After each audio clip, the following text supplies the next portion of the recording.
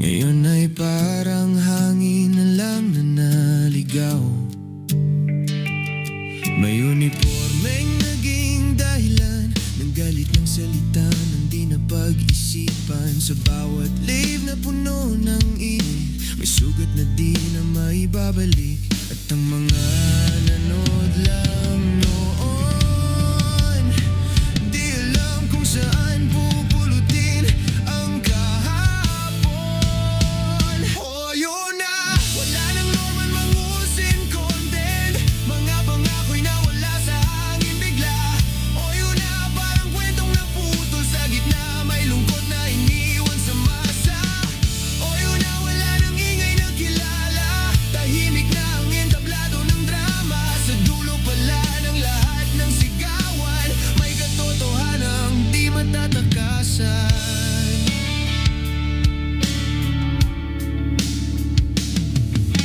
Mga salitang binitawan noon,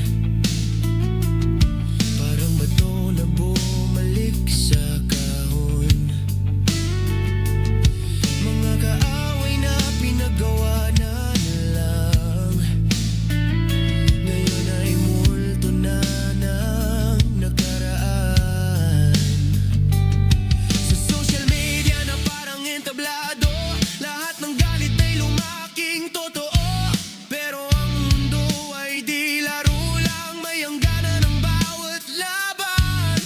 Tahimik na ang screen, dahil wala nang norman mangusin. Oh, yun na, wala nang norman mangusin content. Parang ilaw na kusang namatay. Oh, yun na, sa dilim mo makikita kung sino ang tunay na nagmamahal. Oh, yun na, sa likod ng pangalan, may taong napagod din sa laban. Sa dulo pala ng bawat kwento, may wakas kahit ayaw mo. Hindi lahat ng sigaw ay panalo, hindi lahat ng tapang ay totoo. Kapag mundo'y bumalik sa tahimik, doon mo maririnig ang sarili. Oh, yun na, wala nang norman mangusin content. Alaala na lang sa timeline mo.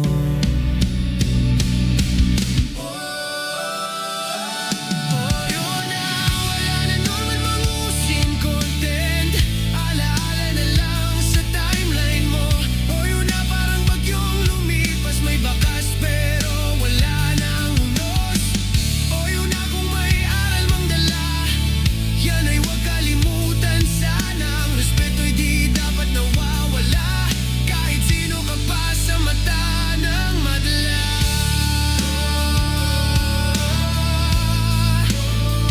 Nawala.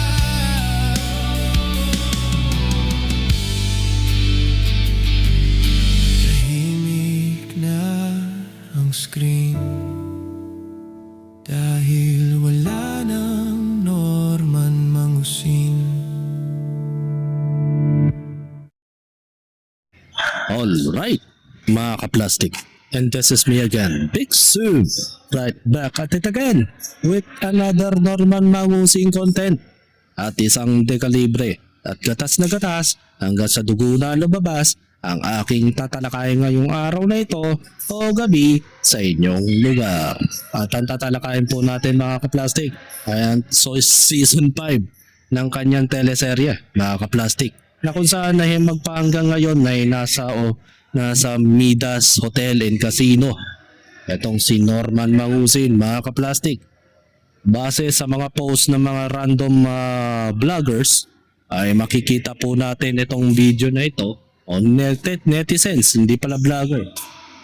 Makikita natin yung mga larawang ito na parang binubuntutan na siya ng kanyang alalay na aso habang may kakontakan. Hindi ko alam kung ano na naman yung mga kausap niya dito. Malamang nauubusan na ng pera itong si Norman. Nakakaawa siya dahil wala naman nananalo sa sugal. Hindi ko alam kung bakit may mga taong na-addict. Nakaka-addict naman talaga in the first place ang pagsusugal. Nakaka-addict naman talaga siya. Kasi parang sa una kasi first luck in the beginning. At the beginning, first luck ang gagawin sa iyo ng casino. Then in the second, third, so on and so forth, bigla na lang itong mamalasin na para bagang sunod-sunod na yung mga pagkatalo niya as scripted. Diba? As a scripted na pagka program ng mga sugal. Diba? Wala naman talaga nananalo eh. Kaya pansinin mo yung mga naglalaro dyan, parang stress na yung utak. Nauubusan na ng sustansya sa kakasugal. So, yun. Dahil Mother's Day kahapon, Sunday, May 11 ba? Tama ba? Ay enjoy ang ating bida enjoy ang ating butiing ina ng bida na si Norman. Sabi sa post ni Puginius, Happy Mother's Day Nanang Remy, ikaw na ang tunay na alamat na nagluwal kay Norman Mangusin. Ang taong nagbigay sa buong Pilipinas ng saya, problema, kalituhan at walang katapusang katarantaduhan. Mula sa pagiging Marcos daw siya hanggang sa pagiging walking national issue. Talagang certified iconic ang anak mo. Hindi man namin maintindihan lahat ng pinagagagawa niya. Isang bagay ang sigurado, hindi boring ang buhay dahil sa kanya. At naiintindihan naman namin, Nanang, hindi pa kasi uso ang birth control noon. Sayang. Pwede naman kasi iputok na lang sa kumot o kaya isinakto na lang sa bunganga, mga kaplastik. Sana ganun na lang ang ginawa. Ay patawarin. Diba? Nanang, hindi pa kasi uso ang birth control noon. Kung meron lang sana, baka tahimik ang Pilipinas ngayon. At hindi na nag-exist pa itong si Kulao. Saludo kami sa tibay ng sikmura, pasensya at sense of humor mo bilang ina.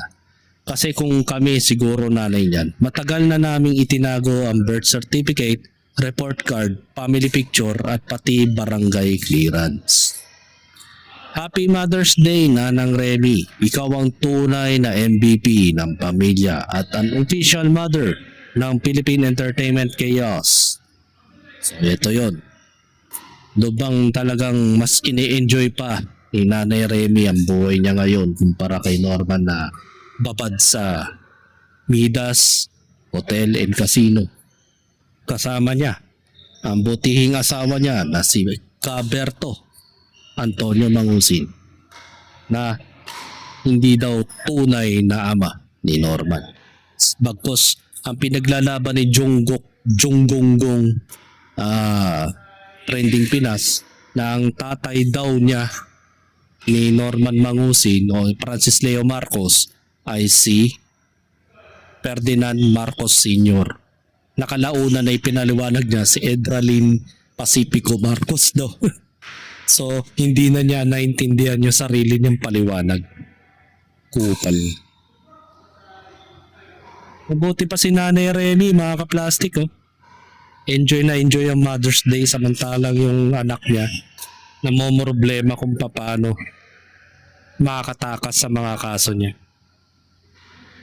Sabi ni Arceli Noot, Happy Mother's Day sa nag-iisang nanay ng humanitarian hero ng Pinas na nagme-made in Belgium, minsan anak ng ni Paking, minsan anak ni FEM Tapo na apo ni Berong Bulag, ang kauna-unahang IVF ng 80s na habang nagde-labor pa talon ng talon at bumabiyahe papuntang Samar, Baguio at Isabela, the greatest and the luckiest mother of all, Doña Remy.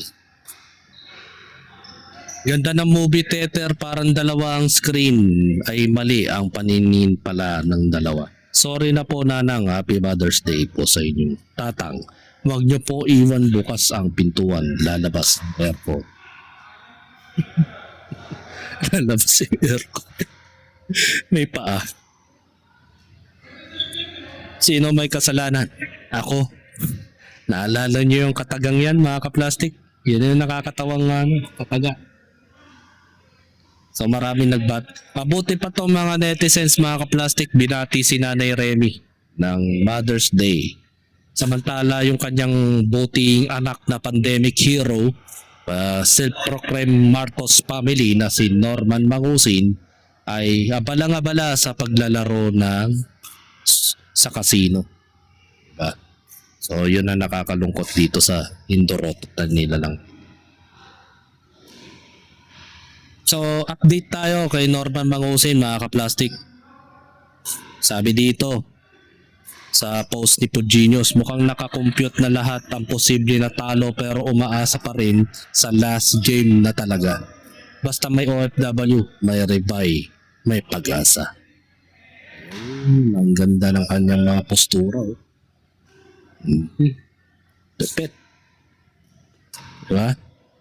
Tulala na si Norman, no? Parang naubusan ng dugo. Tapos ito pa, oh. Parang kabadong, alam mo yung tsura ni Kulaong na kabadong-kabado sa lahat ng gagawin niya. Hindi masaya. Hindi ko alam kung natutulog pa ba tong taong to o kumakain na. Kasi kapag nagsugal ka na dyan sa loob, dire-diretso na yan eh. Hindi mo na namamalayan na gabi na pala. Diba? Hindi mo namamalayan madaling araw ka na palang naglalaro dyan. Kasi mabilis ang oras kapag nagsusugal. Tatapon ng pera sa palibasa, hindi sa kanya.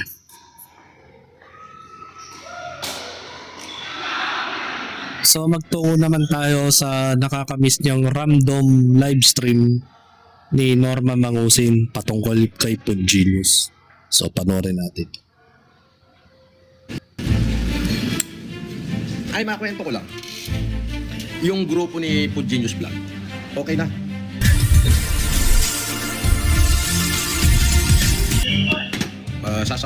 Nasampahan ng kaso yan, ano, yung mismong grupo nila. Grupo yan eh. Isang chat group. Grupo sila ng mga tao. Pero na-identify namin yung pangalan, yung buong pangalan, address, sasakyan, plate number, yung nagpicture sa likod ko, yung kumuha ng video dito sa harap ng bahay ko. Nakuha na yung CCTV, pinasa na kaninang umaga pinasa na sa akin ng guard, hiningi ko sa clubhouse. Tapos pinasa na ng guard sa akin, yung CCTV footage, yung nag-video sa bahay ko. Tignan mo, wala silang video boy sa bahay ko. Takot na takot sila kayo, no? Gusto ko, videohan nyo nga uli ako. Picturean nyo nga uli ako, Pugenius, kung talagang matapang kayo. Sige na, andito ako, vulnerable ako. Videohan nyo nga uli ako. Picturean ka na nga naman ng Janice. Yung video, yung sasakyan, pati yung mukha ng taong nag-video, pati pangalan ng may-ari ng sasakyan, tsaka plate number ng sasakyan, nakuha na. So, sila yung main respondent. Tapos, John and Jane Doe et al. Ganon ang ginawa ng mga abogado natin. So, that is so much enough na yun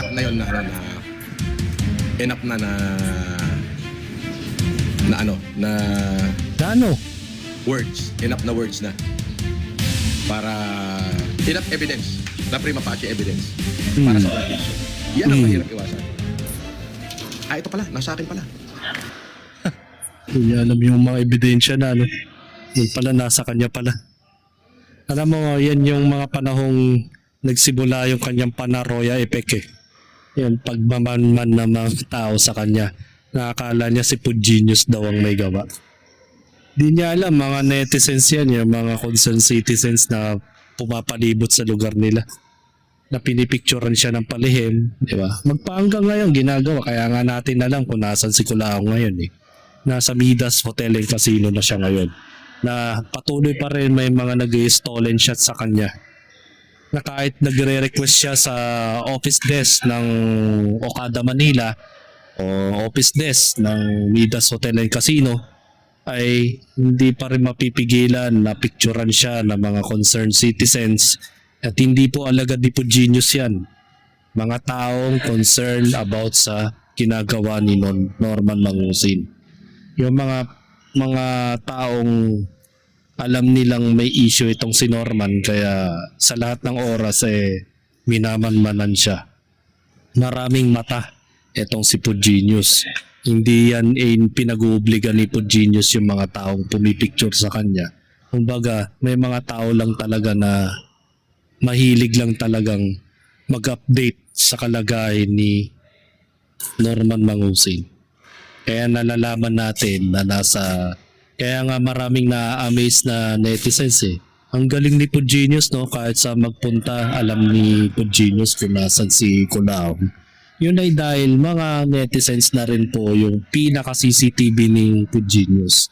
Halimbawa, may mga taong tambay dyan sa lugar nila na nadayo lang si Culaon, gustong picturean, no? Pinipicturean nila yan kahit sa magpunta si Norman. Kaya hindi ba siya natatakot si Norman Mangusin sa lahat ng ginagawa niya? Mapabanyo, kwarto, labas ng bahay, sa poste, even na sa kahit saan lugar, ay alam na ngay Pugenius kung nasan siya. At saka magaling si Pugenius mag-trace ng lugar, mga ka-plastic. So baga medyo matatakot ka rin kay Pugenius eh kapag si Pugenius nagsumikap na bongkalin kung saan ka naroro. Parang higit pa siya sa CIA. Plastic. So,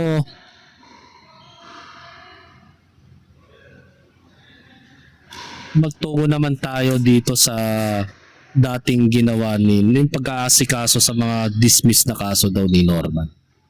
So, panoorin natin. Hindi nga siya pinapansin ng mga taong bayan, no? Kahit sikat siya. Sa mga tao dyan, basura lang siya. Panitore siya, no? Kailangan mo pa naman, baka pwede naman. Babauwa.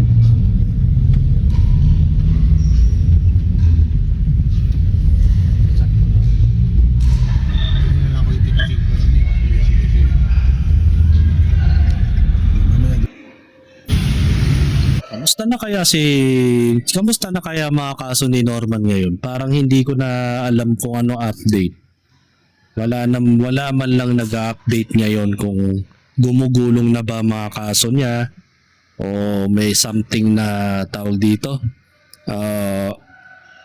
Yung mga isinampang kaso ni Boss Kalinisan, ni Boss Asek Lacanilaw, di ba? May update na ba tayo? Si Manny Pacquiao ba? People's Champ? Meron na bang sinampang kaso ba doon? Hindi natin alam kasi wala pa rin tayong about sa kanila. Diba? Wala tayong update.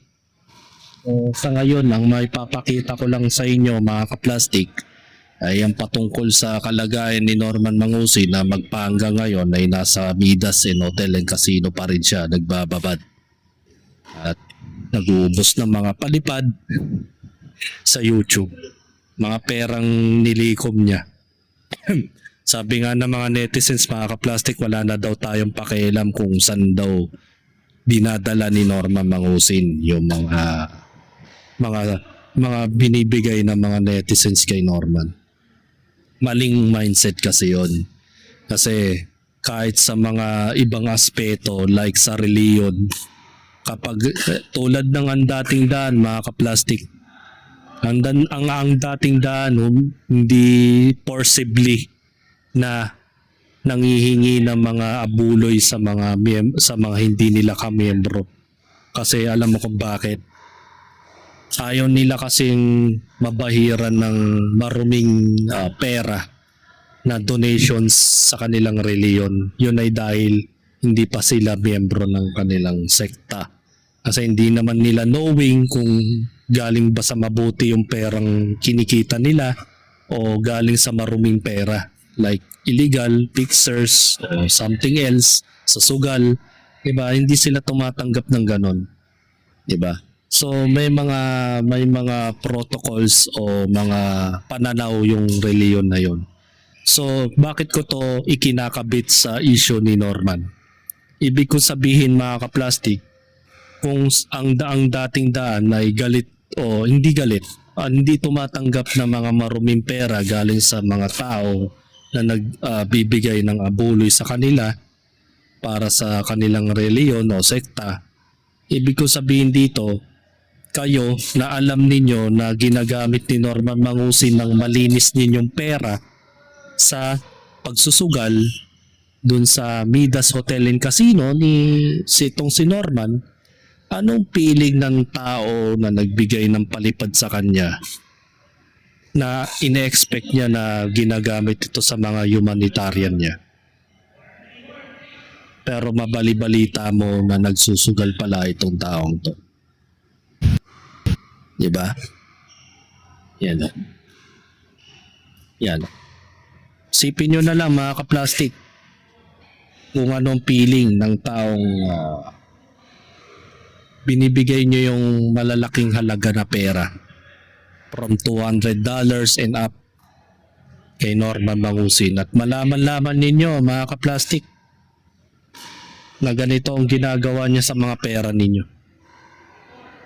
Itinataya lang dyan sa scraps ng isang casino. At enjoy siya dito sa mga ginagawa niya. Tingnan mo naman itsura ni Norman, hindi siya talagang satisfied sa kanyang laro.